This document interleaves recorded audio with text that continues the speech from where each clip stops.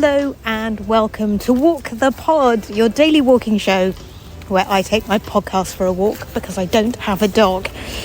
This is episode 5, series 52 on the theme of Awe. We are walking around the small park behind the hospital on a chilly November day. It is cold, dear friends. This is the reason why I sound a bit janky. It's because I've just walked out into the cold air.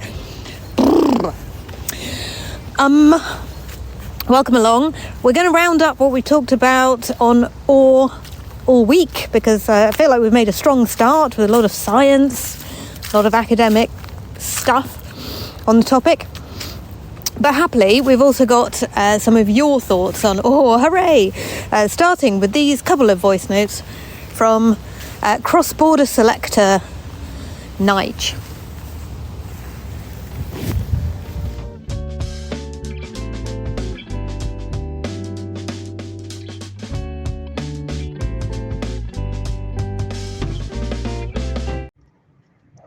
Hi Rach, Nige here, previously known as a cross-border selector. I assume potentially demoted over recent months, but happy to re-engage now, particularly on the subject of Awe. I'm just working my way through episodes, I'll be catching up, but on episode 1, I am a peak bagger. So I'm in Sussex now, as you know, and back from travels abroad. And I've always been quite snobby about the Sussex Downs. I've never really liked them compared to proper mountains in my heads, like Wales and the Lake District in Scotland and stuff, and even the Peak District and stuff that I've spent a lot of time in over the years. But yeah, I've always been a bit snobby about the Sussex Downs. But now I'm here, and these are my nearest hills. I am peak bagging, so I am making considered effort to go round on different walks and go to each of the high points. So there's Mount Caburn that I'm just passing on the train as I record this. On the left is Burling Gap kind of side of things. On the other side, back near Eastbourne, is a hill called Butts Brow, which is always good, on Butts Lane.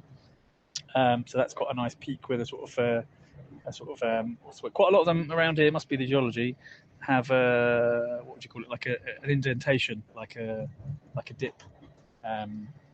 With a horseshoe or a full circle around it, which is quite cool. I like those. So anyway, I'm definitely a peak bagger.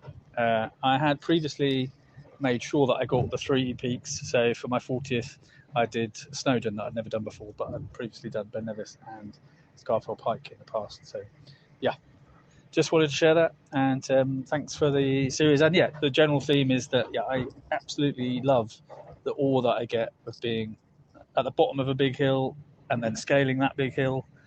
And obviously the views of mountains and rocky terrains and things. That's where I get my awe. Cheers, love you, bye. Hi Rach, Nige here. Just in response to episode 3, you talk about how things maybe that are very day-to-day familiar might become a bit less awesome. But I would disagree. I would give an example of me flying to Spain all these years. I've flown hundreds of times now, the same journey from London to northern Spain, and every time I still absolutely am in wonderment at the views either end as you go over the cities, arrival or departure, or as you go over bits of France you can see out the window, and otherwise the clouds, of course, whether you're going through them or you're above them or whatever, it's just absolutely awestruck every time, and it hasn't changed. And I'm, because of my love for mountains and hills, I would say that's also true of hills and mountains. Even if I see the same hills every day on the train, I still find them beautiful and awesome in the sort of shape and structure and height and features and things. And I love to go back to northern Wales. My favourite mountain is Tryfan, and even though I've been up it loads of times, and I just will never get bored of looking at it, going up it, being on it, being near it, getting postcards of it, Googling photos of it, whatever. So yeah, just wanted to share that. Cheers. Or could be forever. Thank you, Nige. I reassured Nige that I only demote Rear Admiral Tim. He's in no danger of being demoted at all. And Rear Admiral Tim has not been demoted for years, actually, so is now more or less comfortable in his position. These are listeners of Walk the Pod, for those who are not familiar, from way back when, in 2020 or whenever we started this silly project. Silly? Very sensible. very important project. Get everybody out walking in nature every day. I just discovered that there's somebody at the hospital I work at who also wants to get everybody out in nature every day, so I need to get in touch with them and go, hey, that's also something I think is important. Thank you, Nige, or could be forever. I love that. That will probably be the episode title, so thank you for supplying that, and thank you for letting us all know that you are struck by the awesome sight of mountains and hills, and also the view from an aeroplane as you fly over countries every time, and it hasn't diminished at all. So that just goes to show not everybody's brain is wired the way mine is. So I was really pleased to hear that, actually, because that means we can access all on an ongoing basis, maybe even forever. So this series, we've talked about awe being possibly somewhere in the triangle of power, wonder and fear. We've also talked about it being a perception of vastness and a need to accommodate that vastness. That bit's important, I think, because that is the bit where our brain sort of has a bit of a break and goes, this is going to require a bit of rethinking my entire universe to get my head around this one, whatever that is. And that could be a scientific discovery as much as a view from a mountain. Could be the birth of a child, could be the incredible detail on a leaf, knowing that it is one of billions of leaves. All these things can invoke awe.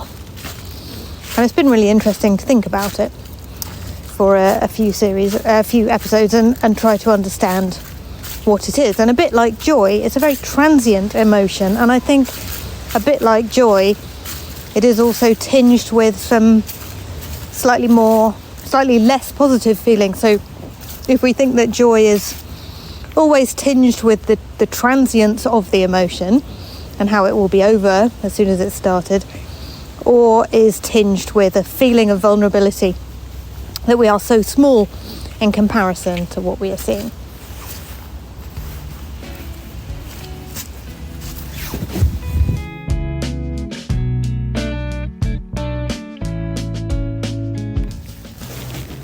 What can I see directly in front of me? Well, it's a beautiful day in the park today.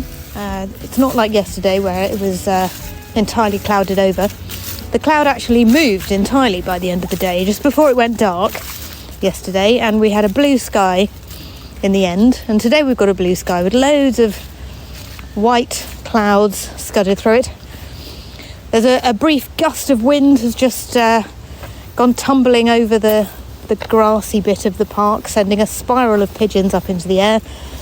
And there's generally quite a lot of breeze around, and rustling leaves, whether they be still clinging to the trees or lying in wonderfully crunchy piles on the ground. It's been a brilliant first week of the first series of the 52nd series of Walk the Pod on awe. So thank you so much for walking with me. Thank you for listening. May I make this an opportunity to invite you to the Walk the Pod Lunchtime Walk Club. If you'd like to get more involved with Walk the Pod, go to walkthepod.com, press the button marked Leave a Message for Walk the Pod, and you can join the Walk the Pod Lunchtime Walk Club for the price of a cup of coffee a month, dear friends. It is absolutely straightforward and easy to join and support the work of this project. Keep me recording podcast episodes and see behind the scenes of Walk the Pod with my Friday photo dumps.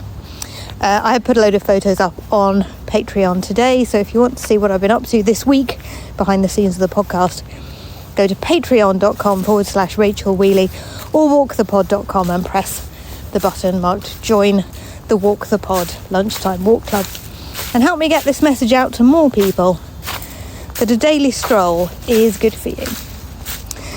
Take care of your beautiful mind, yourselves and each other, and I'll be back with episode 6 on Monday.